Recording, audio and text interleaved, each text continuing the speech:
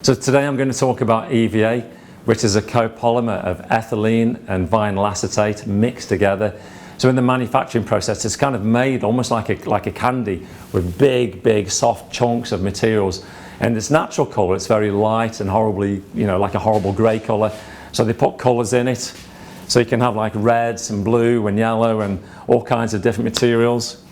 You can have all kinds of different multicolour materials and greens, and you can have almost like this kind of marble effect where they just throw different coloured dyes into the natural colour, and they come in different Shore values. So a Shore value is like the resistance to hardness or the durability or the resistance to compression, and you'd measure it with a Shoreometer. So you literally just compress the material and it gives you a Shore value. So this has got a resistance to indentation of 30, so it's got a Shore value of 30.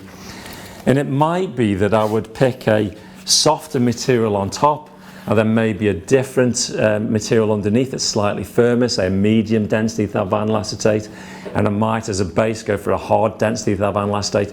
So you've got that layers of indentation, that layers of texture, and that layers of softness. So you've got the support at the base, and you've got the kind of the nice comfortable top on top.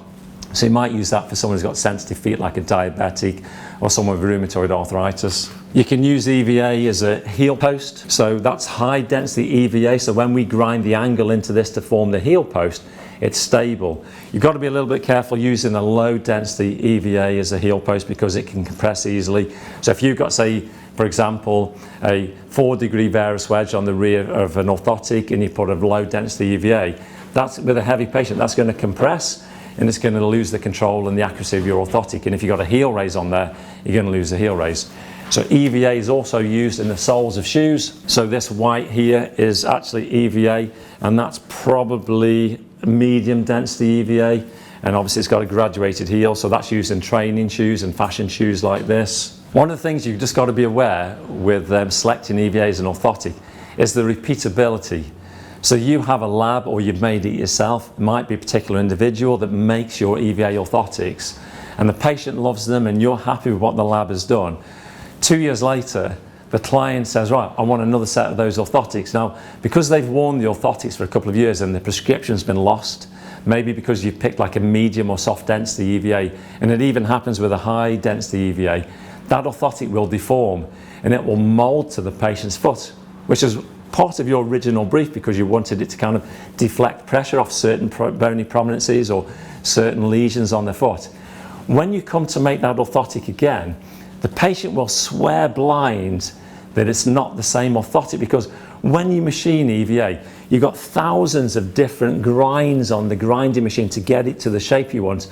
Unlike, for example, polypropylene, which is 3 millimeters. So when you've molded that into the shape of an orthotic on the positive, you machine around it and it's always 3 millimeter. Whereas with EVA, to get the thickness right, you've got to have thousands of little individual grinds. So the repeatability is a problem, and often you'll find that the client will reject the second pair because they swear blind is not the same as the first pair. Now I'm holding this one because this is an orthotic I took off a patient that came to the Sub4 lab for orthotics. That is much too bulky. How can you get that into a patient's shoe? So maybe if you've got limited room, you go with that 3 mil polypropylene or copolymer or something like that. The other issue with EVA is if you make it too thin. Now this is also a bad example of an orthotic that I took from a patient. It's too long, so the front edge has gone beyond the front line of the metatarsals. So this is kind of underneath the toes, so that was uncomfortable. But it's also too flimsy. So for example, if you give that to, well, I mean, any adult or even a child actually, but certainly a runner or a footballer, and if your orthotic can be easily deformed like that, that's not going to hold that patient, it's not going to hold the prescription. So that's pretty useless, and there's loads of examples of this out there in the podiatry world that podiatrists have dispensed. So you've got to be able to get EVA, pick the right density material into the right shape, and work with the right kind of lab that can produce an orthotic that's of use. So to summarise then, EVA comes in a whole variety of different colours. It comes in different Shore values, from a high Shore value which gives you good control, but it'll be slightly heavier, to a very low shore value that you can use as a top cover, or you might use it as a shell, but it will deform faster because it's got more indentation ability, less durability. It can deform much easier. You can use it for heel posts. If you're going to use it as a heel post, make sure it's a high density material to hold your prescription. Make sure you don't make it too bulky, okay? If you're going to make it yourself, it's a very difficult material to use. Make sure it's not too thin and flimsy. But from a health and safety point of view as well, especially if you're going to make this yourself, the dust that comes off the grinding wheel is very, very fine dust. You've got to make sure you have the right spec mask. So make sure you do your research on the masks to fit health and safety law. Make sure you wear goggles because it can get in your eyes. Make sure you're wearing gloves as well, because obviously you can damage your hands and your fingers on the grinding wheel. So I hope that's been useful, and next time we're going to cover polypropylene.